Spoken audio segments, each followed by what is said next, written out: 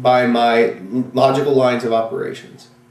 Okay, or lines of operations, some people call them. So once I did that, everything started fitting into place.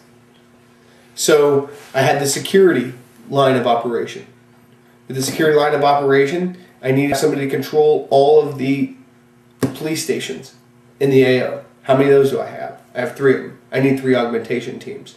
What do I need in each augmentation team? Well, they're going to be self-sustaining, so they need to have an S1 through 6 shop of their own. Okay, they need to have their own security, so I need to make sure there's enough bodies at least to do their own security. Okay, wait a minute. Now that I've got all these different bases, though, and like this was the other thing that helped me is I went through the Marine Corps warfighting functions. After I went through that, but I'll go through that real quick. So for security, I needed, since there were so many people moving, I had to have somebody controlling all that movement, so I needed an operations officer. Hey, wait a minute, like who's providing security for all of this? Like who's looking at this whole damn thing as a big picture? All right, I need a fixed site security officer. Wait a minute, how am I collecting and disseminating all this data? I need an S2 guy that collects and disseminates data. Then look at the CMO line, you know, because I knew governance was going to be an issue. So along governance, who do I need? Well, I need let's go back to the essential services, you know, economic dev line, and that was CMO is what I actually called it. So I needed things inside of there, you know, where I could divvy up that line, you know, for the economics. Okay, who's in charge of essential services? I need one guy who does nothing but look at essential services. That's the CMO guy. That's Luke Larson. Now, what about just providing free stuff like, you know, water, food, education, you know, books? Wait, that's First Sergeant. He's going to contact everybody back in the States and have them ship him all this stuff so he can hand it out to the people.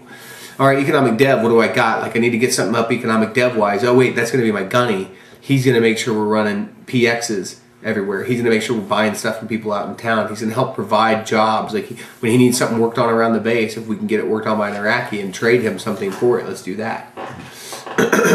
And then governance, you know, I took over governance as my own specific glue. Like that was me and Luke initially, and then I took it from Luke and I ran with the governance piece. So that was the initial breakdown. Like if you thought about it as platoon, like where do I put this platoon? Right. You were being your own worst enemy. Okay. Then the other thing that I did that was mission critical. So I took those lines of operations. Then I went back to the Marine Corps warfighting functions and made sure I didn't miss anything. And that's really how Sergeant Mejia came about, to be honest with you. Okay. When I decided that Sergeant Mejia was going to be the gunner, like of all the bases, like, and our gunner was our fixed site security guy for the entire battalion. When I was going back through, I was like, okay, C2, how is everybody connected to me? Do you know what I'm saying? Like, okay, so it's all Gunner Carpenter and Sergeant Mejia work closely. Yeah, absolutely. Yeah. You know, I had to look at, like, when I went back for the Marine Corps warfighting functions, like C2, how's everybody connected to me? How am I getting information in? How am I getting it out? Right. You know what I'm saying? And then okay, Belmont is going to be the critical guy that is going to take all the information in, process it, and push it back out. Right. And so Belmont became, you know, the information management guy. And that was how I started doing it. Like, and Belmont's good enough for that. If it's somebody else, yeah, maybe not. But Belmont's a sharp fucking kid. You know what I mean? He can take multiple tasks. You know, then you go down, like I said, like when I looked at force protection. Wait a minute, I don't have this all covered. You know, I need Sergeant Mejia to come in and look at all my bases and go protect all of them under force protection. Logistics, who's got that? Okay, I need a logistics guy at each site, and then I need Gunny bringing everything into the base. And then how does everybody get logistics from there? I had to take another staff sergeant and make him the log chief. So Gunny brought it into the base, the other staff sergeant got it out to all the other bases. And it's literally what it was. You know, you took the Marine Corps warfighting functions, you took the concept of the logical lines of operations, and you just started plugging personalities in. You know, and that was the way it worked. And so to do anything different, you're fighting your own organization. The organization was built for you to fight the enemy, not the other way around. And I tell people that all the time. Like, you ever watch a kid on patrol fight terrain? They just fight it. Just like, oh, I'm going to fight. Like, no. Hell no. I think the terrain was designed for using advantage against the enemy. Why are you fighting it? Here's another one you see all the time. Like, you ever see a kid fight his formation? What are you doing? Like, you're supposed to be 4 steps in catty corner to this guy, and why aren't you in a wedge? Respect me, you know. Like, what are you doing, dude? Like, you're literally letting the formation, you're fighting it. Right. Stop it. You know, stop it. You know, why are you fighting the formation, man? All that stuff was designed to fight the enemy or accomplish a mission, one of the two. Right. They were never designed to fight themselves. And so same thing, like you can't let your initial table of organization hinder you in any way, shape, or form. You're not you're not attacking, Sarah Bocci. Is there anything else on this topic of how I destroyed my own rifle company? Yeah, I think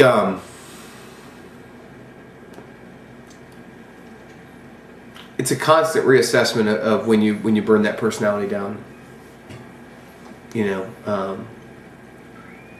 There were ramifications that I didn't understand. You tend to ride the good horses hard, and if you're not checking how lathered up they are, you're going to break them. And that happened. I rode some people really, really hard, and God bless them. I mean, they performed, and we accomplished the mission. But I'll never totally forgive myself for it. Sometimes the long-term ramifications of what's going on. It's a good design, an officer, a staff, and CO, and 30-odd some motivated dudes underneath them. That's a great design. It works really well. When you break that apart, there are some things that happen that you got to be careful of. I didn't have any disciplinary problems over there. Can you give me any specific examples of? Well, a specific example was we had a room burned down, and just last week I got the guy's missing gear statement. But I ordered that everybody's missing gear statement. Let's get them all their stuff. Like, how did this happen? Well, it was kind of confusing to a staff and CO and officer, and they didn't follow it all the way through. You know what I mean? It's like, come on, man! Like, damn it! And then the sergeants became reportable directly to me.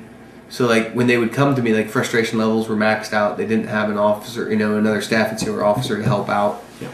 Yeah. So there were certain things there that were tense and weird, and we had to figure out. It would be at max ord when the squad leaders were like, "This is bullshit," and it would come to me like, we're only getting X. No, what the hell? Who'd you tell? Who are we reportable to? You know what I mean? Like an ops squad leader, I'm Sergeant Mejias when I'm at the base, and when I'm not at the base, I'm over here by this guy. And I was like, Christ, so there were some things there I didn't think of, and so you got to be careful, and you got to constantly reassess. People made the organization, and me as a person can destroy it at the same time if I'm not careful. Well, that's probably a good place to end things. Okay. Thanks for your time today. Not a problem, dude.